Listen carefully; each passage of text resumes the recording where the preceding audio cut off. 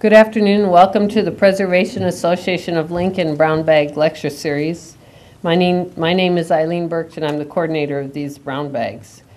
Our videotaping today is sponsored by the Historic Preservation Fund of the U.S. Department of the Interior through the Nebraska State Historical Society and the City of Lincoln, a certified local government. Our speaker today is Ed Zimmer. Ed is the City of Lincoln Preservation Planner, a position that he's held for 26 years. Before coming to Lincoln, Ed was a freelance architectural historian in Boston.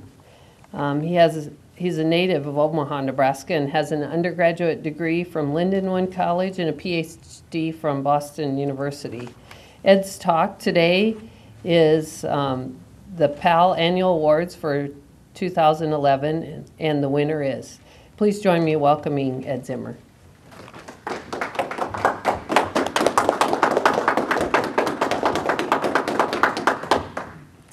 Thank you.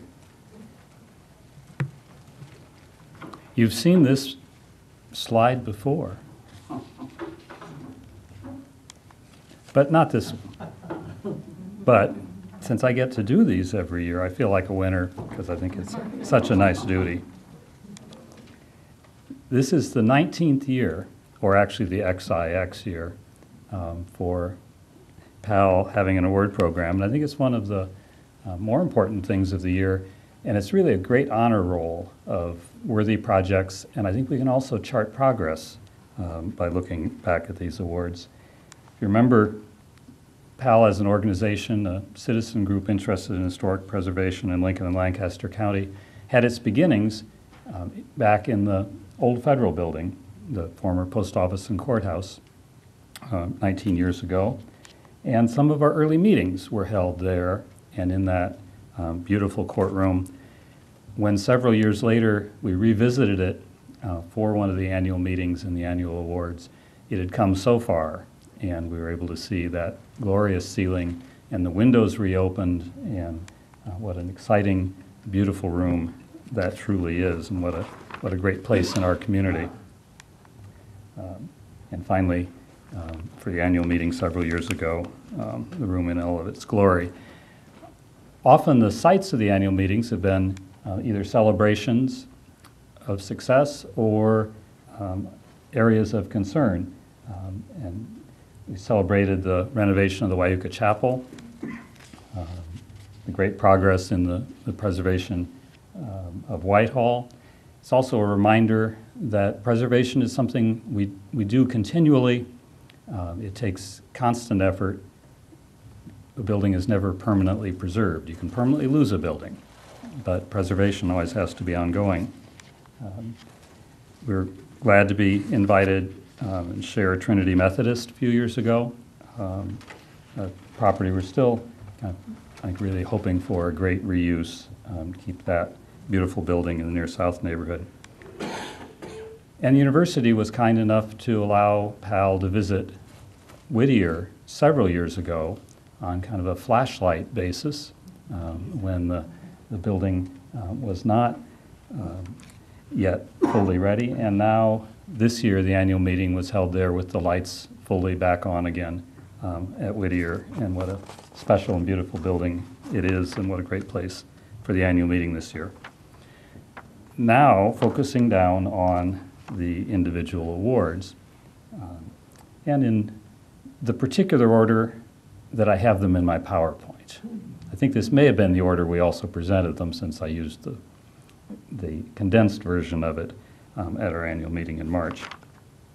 Stewardship is an area that we really look at long ongoing projects that aren't just a single renovation, which can be great in themselves, but rather important properties that are in great hands and great care.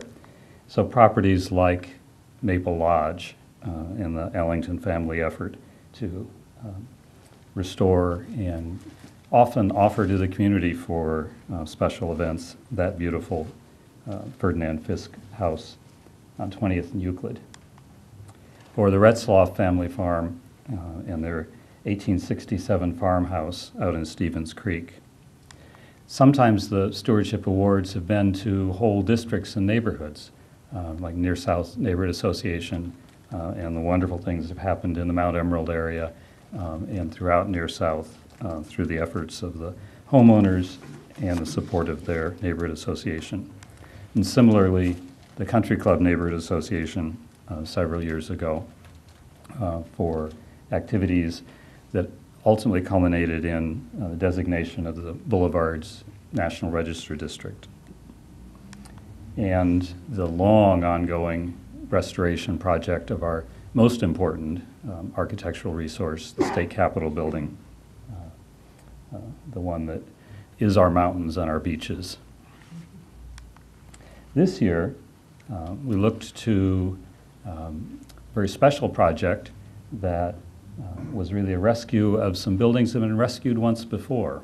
And out at State Fairgrounds, where a little collection of buildings had been gathered and then would be displaced by the repurposing of State Fair Park as Innovation Campus.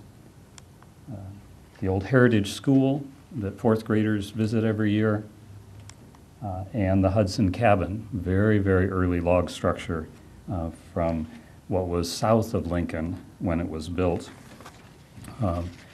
were in need of new locations through the Innovation Campus project and through long efforts of Lincoln Parks and Recreation, Lincoln Public Schools, and great donations from the community. The Heritage School was lifted up and took its tour out north and then over the dirt roads of the county and around until it didn't come down the bike trail. It looks like it's coming up Bison Trail, but actually it's coming in the entrance to Pioneers Park. And the cabin also, and this, a donated move by Gary Williams Midwest House Moving of Hastings. So it was out in a location that I think really is quite a bit more sympathetic than where it was, so that the Heritage School sits up at the top of a beautiful hill of native prairie, and just down the hill from it on a little draw with elk across the way is the old Hudson Cabin with this wonderful relation one to the other and the opportunity for much enhanced teaching and learning in this beautiful setting.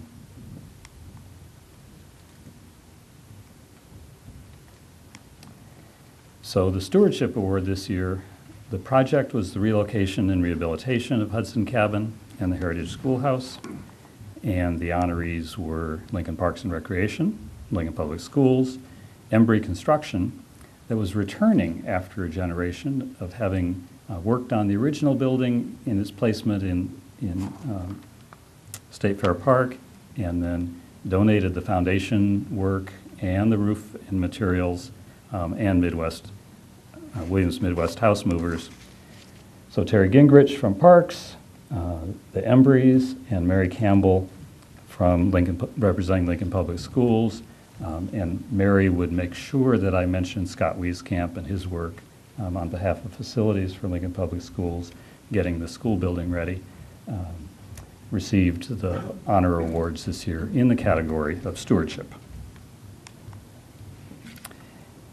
Since the beginning, we've also had a category for residential rehabilitation, because very often PAL members and interested preservationists are working on their own house, and a whole range of houses have been honored over the years, from some of the grandest in the community, Frank and Nellie Woods House on Sheridan Boulevard that Tom and Joan Ferruza take such beautiful care of.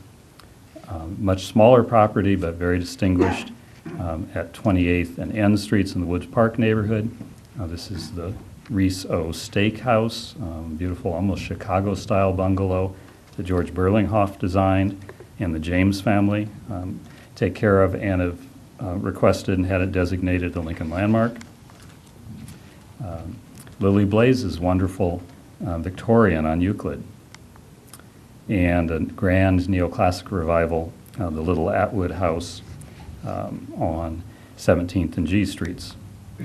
This year we looked back to the Sheridan area again, and this is a 1930 view, it says down in the corner, and we're looking out Sheridan Boulevard towards College View, just east of 27th Street. And off on the right-hand side, we can see a row of hedges right up to the curb, those ones, at that house. And this is originally the 1922 William F. and Bertie Hitchcock house. Jesse Boaz Miller designed it as one of the finest colonial revival, or maybe colonial edging into Federal Revival style houses in Lincoln. Gleaming green glazed tile roof, just a spectacular house, and retains wonderful landscape features as well.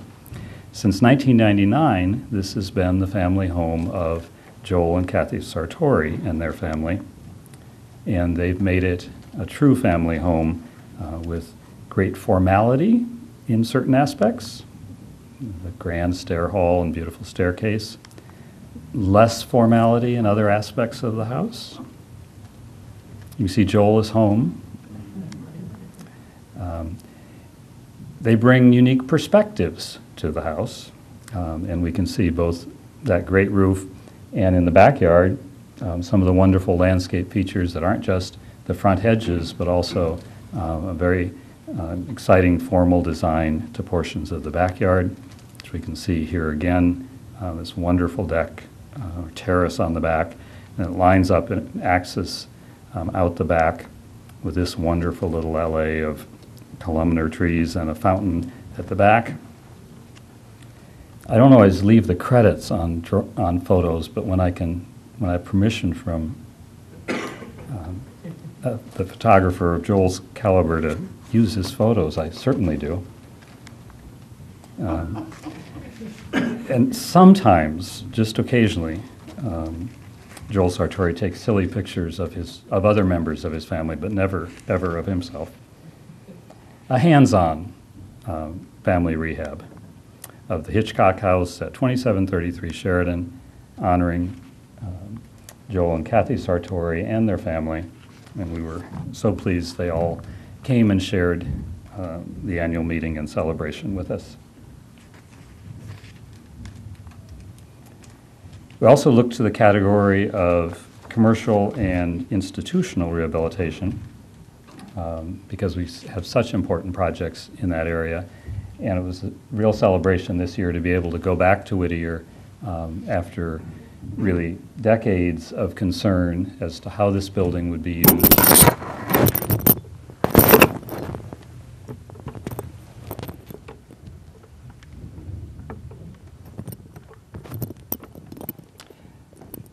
I'm guessing the narration is a significant part of the presentation.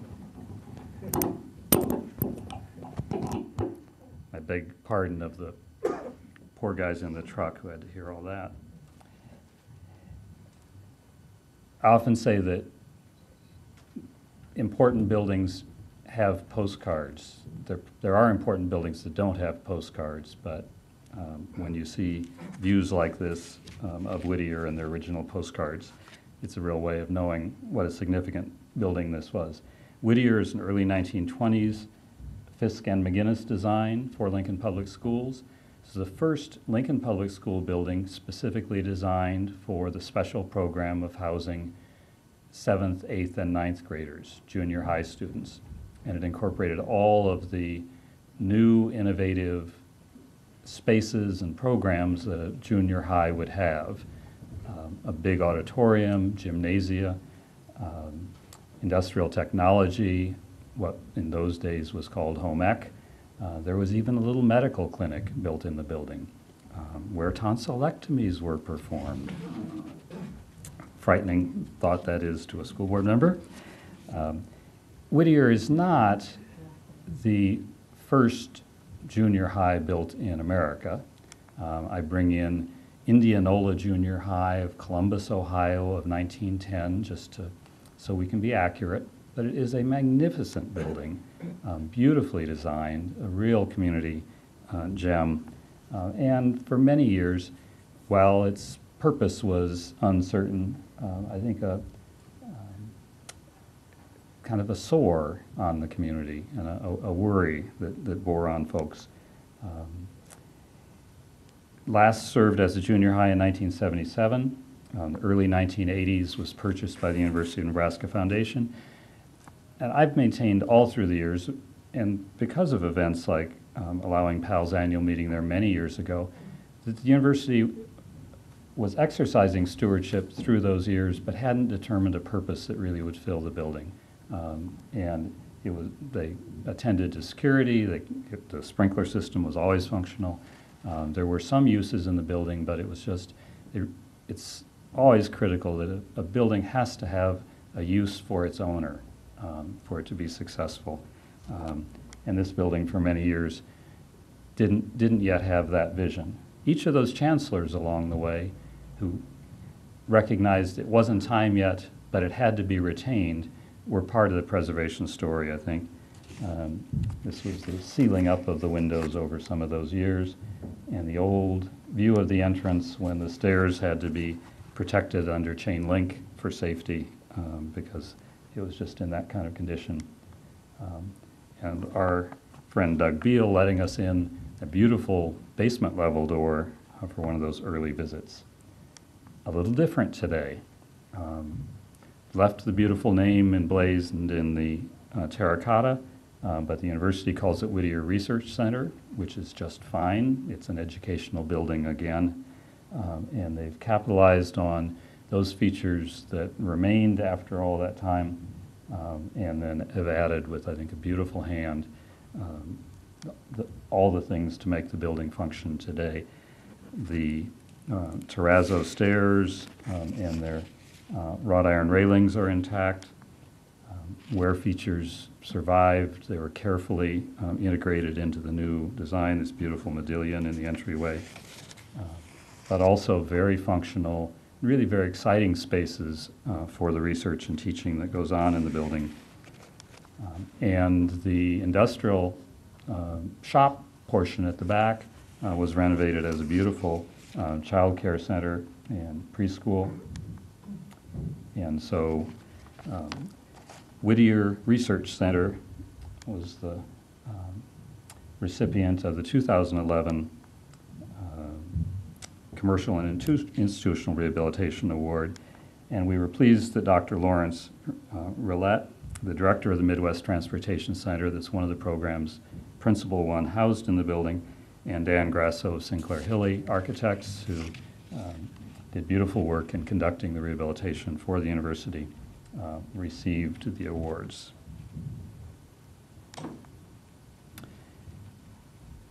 And residential, we've done. Category that I don't believe we had at the very beginning, but we added a couple years later because there were important projects that really weren't fitting some of the other categories, was the integration of old and new. Because sometimes we've seen really significant projects that weren't pure rehabilitation, but really contributed to the fabric of the city by looking wisely at what could be retained and how could it be brought in a combination into modern use. Perhaps, I don't think this was the one that planted that seed in our mind, but the F Street Community Center that combined on the right-hand side an old fire station, in the middle all new construction, and around the corner the facades of what was once a grocery store with apartments above, made that rec center fit in a neighborhood where it had been very difficult to find a location for it. None of the existing buildings obviously offered a big gymnasium and the kind of spaces that the rec center and the community center required, but in combination, this fit beautifully in the neighborhood by that combination. And sometimes it's even been new structures, but in key historic locations that have fit well and supported that important location. And that was the recognition of one landmark center, new building on the left, on Lincoln Mall, really strengthening that connection, that historic connection, that original part of our city design where J Street, or now Lincoln Mall, links state government and local government and what a beautiful front that is. And this is the time of year, if you don't visit any other time of year, you have to walk that sidewalk along One Landmark Center and be overwhelmed by the daffodils that greet you along that walk. Our beaches and mountains aren't much, but our daffodils in April really are. We recognized a couple of years ago sawmill building, the old planing mill that actually originally was a thresher factory at the north edge of Haymarket at 8th and S Streets that now offers office space and a lovely little restaurant. Recognized the very subtle and sophisticated combining of two historic houses into one functional facility for the Voices of Hope Agency. That's integration of old and new in the most beautiful, subtle way.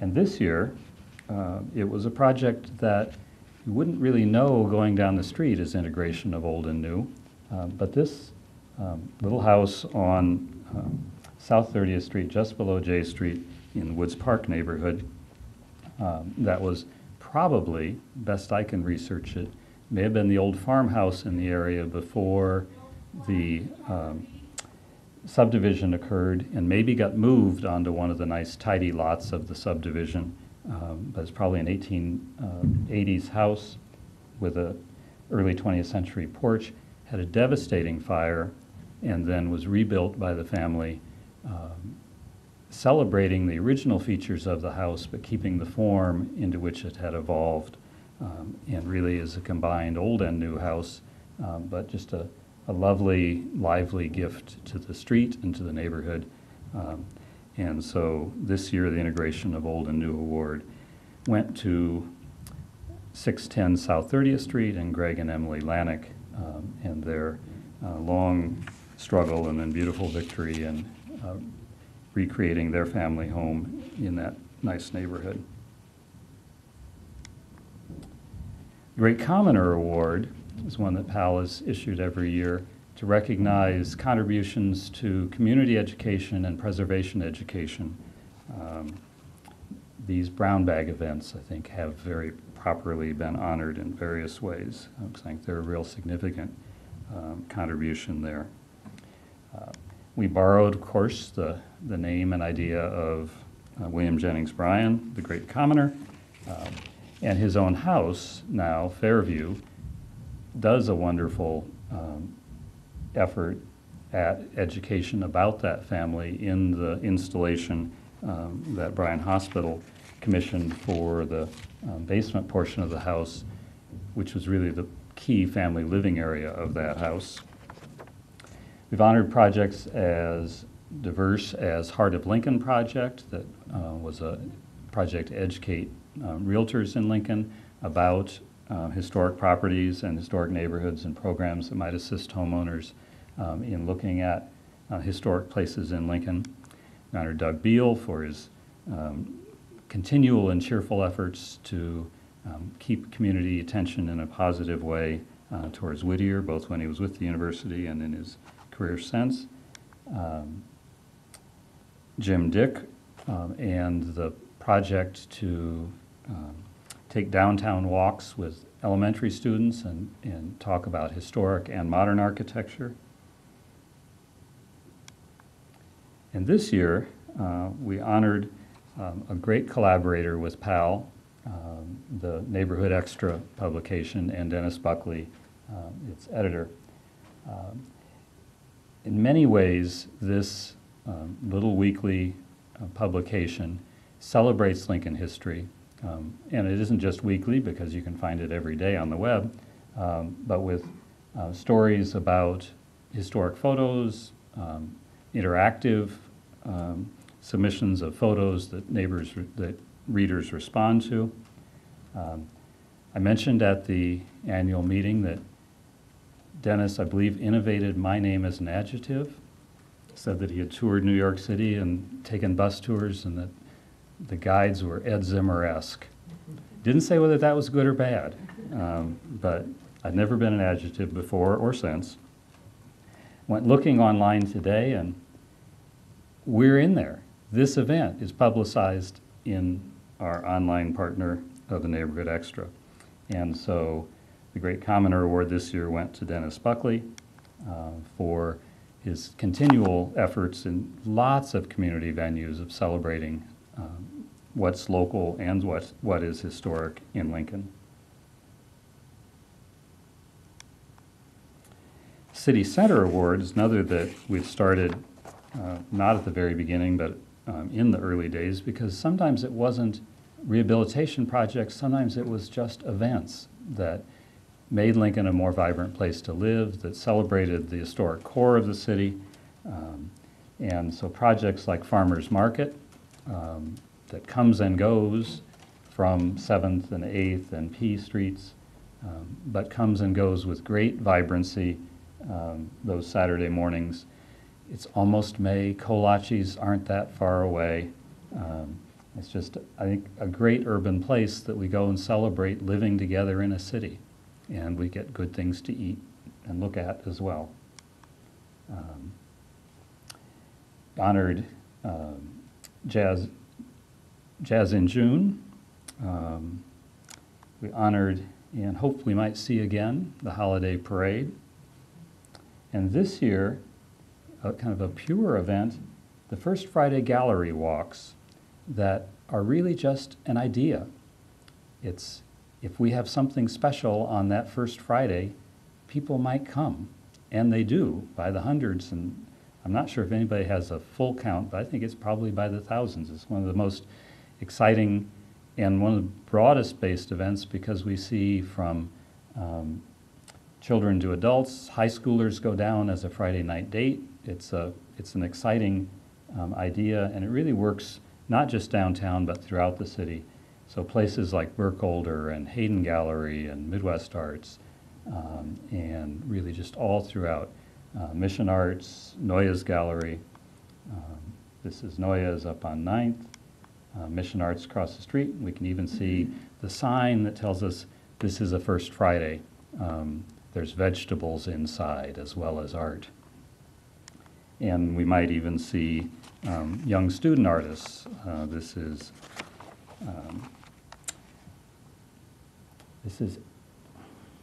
Amber, and I have her last name and I'm forgetting it. And she's a junior at Lincoln High, and for years Mission Arts has collaborated with the Arts and Humanities program and shown student work in a professional gallery. And it's a real significant event for that program, and I think for all who visit it. And as I said, not just downtown, but through the community, on First Friday, the various galleries open and celebrate. This is the Lux Art Center in University Place in the Old City Hall. And how often we see galleries in our historic buildings, and what a great fit they can be together. So Deborah Weber came from Lincoln Arts Council, wanting me to be very careful and say, this isn't her project, this is the gallery's project, but one of Lincoln Arts Council's functions is to celebrate art in the community, and so she came and received this on behalf of the whole gallery community. And I think that was appropriate and kind of her to do. I know it's 2011 awards, but to set the context for the 2011 President's Awards, I have to go back a year when we honored Dan Worth, Jerry Berggren, and Steve Kelly for their work and report, their professional expertise in looking at the Industrial Arts Building and offering ideas as to how that building could be reused. Very special building of 1913 that not only was a key exhibition building on the fairgrounds, but in the off months served fascinating uses like an assembly factory for the Lincoln Standard airplanes.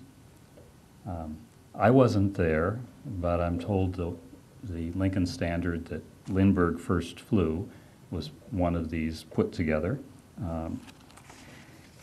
We can all claim Lindbergh in so many ways, and it's one of the exciting things about having learned to fly here in Lincoln. The 2011 award recognized the continuing efforts on behalf of IAB, the Industrial Arts Building, that very specially shaped building that fits its let's see, this would be it's not a true trapezoid, I don't think. It's a quadrangle of irregular form, a great fun building, and one that really I think represents a whole generation or a whole type of exhibition buildings, the rest of them long gone, long before the changes at the fairground.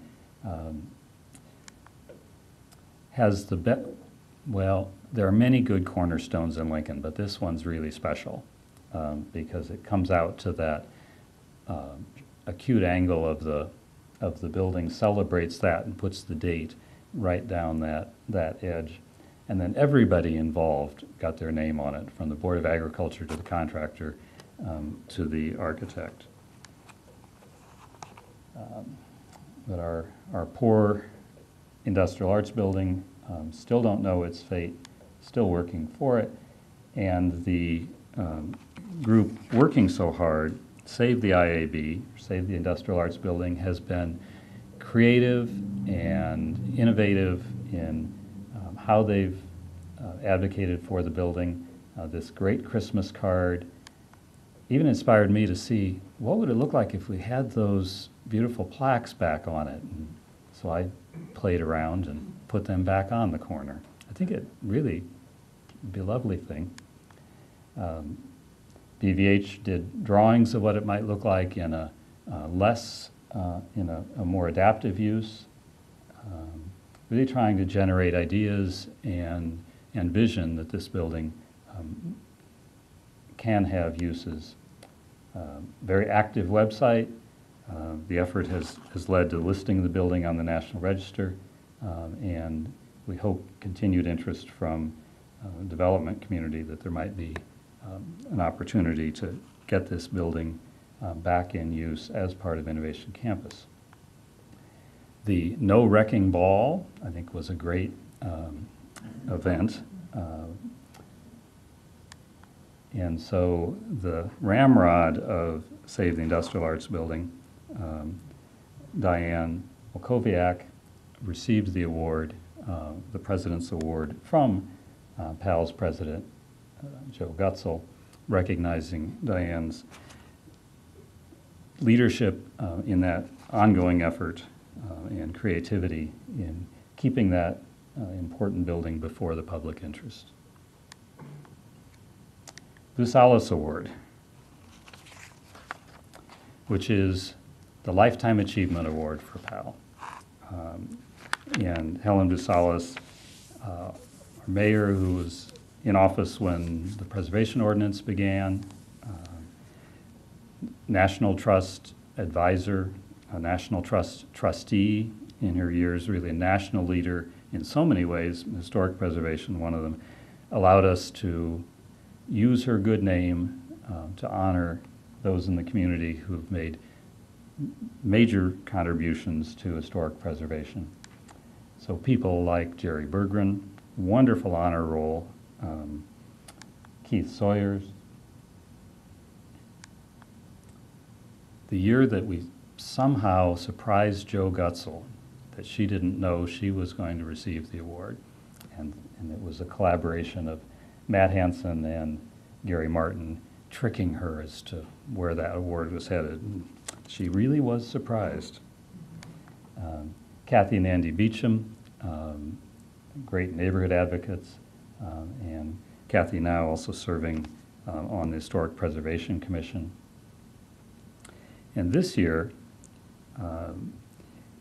the Busales Award went to one of those individuals that is kind of in that category of Madonna or Prince, that you know just by, not even a whole name, you can just know by initials. And I think we even surprised JL. JL Schmidt, longtime director of Nebraska Lead Main Street, and then that program now under the broader umbrella of Heritage Nebraska. He's been a preservationist, a hands-on preservationist in Peru, Nebraska, a journalist, Nebraska newspaperman who's now made his career working in the preservation field throughout the state, and very often contributing in a significant way, as Heritage Nebraska has to the IAB project. And so very appropriate recognition of JL's years of activity in historic preservation in Lincoln and Nebraska. And the whole happy group at Whittier with their recognition. And great attendance, fun meeting, fun tours of the building, just a lovely event, which culminated with Joe Gutzel, longtime president of PAL, receiving flowers from Kay Logan Peters, board member, and what a happy day that was. I'm sure you have penetrating, difficult questions you want to ask me about this, so just go ahead and I'll repeat them for the TV audience and see what we can do. I have a question. John, I didn't mean it. That house at 610 South 30th, I grew up on that street, and I remember that house back in the early 50s, and all it was ever yellow or light cream color. And I'm just curious, since I don't know much about it traditionally, is that supposed to be a Victorian house? Is that the look of it now? John's asking about the Lanik house on, I believe it's 610 South 30th, that was the integration of Old and New Award this year. That house does date back to about 1890 or a little earlier, and it does have, deep underneath, it has a lot of Queen Anne features, and so when they rebuilt it, they really brought those forward and then did what some folks would call a painted lady treatment, bringing out those features in the paint job. I don't know that that's how the house ever appeared at one time, because they also kept most of the additions that had grown on the house over years, but which is also why it's the recognition of Old and New Award. I think it's a very handsome house, a really fun one, and there are other colorful houses on that street of other periods. And so it's an interpretation, but I think a nice one, a house that really was about lost. It was a terrible fire, and they brought it back. They brought it back in that very exuberant way. So, Matt. Can you speak to the fate of the other buildings in Heritage Village, the depot and the bank? The question is, the other buildings at Heritage Village at State Fair Park, the depot, which I think is the Roca depot, went out to the Lancaster Event Center on North 84th Street, just south of Havelock, along with the caboose. And so I think the Lincoln Model Railroad Club moved those, and we use those buildings. The bank, I think, is the Princeton Bank, and it was standing at State Fair for years as a shell, had no roof, and was, I think, therefore in very fragile condition. And I don't believe a salvager was found for that building, but it maybe had already been lost. We just couldn't tell. So I think that one was not relocated anywhere.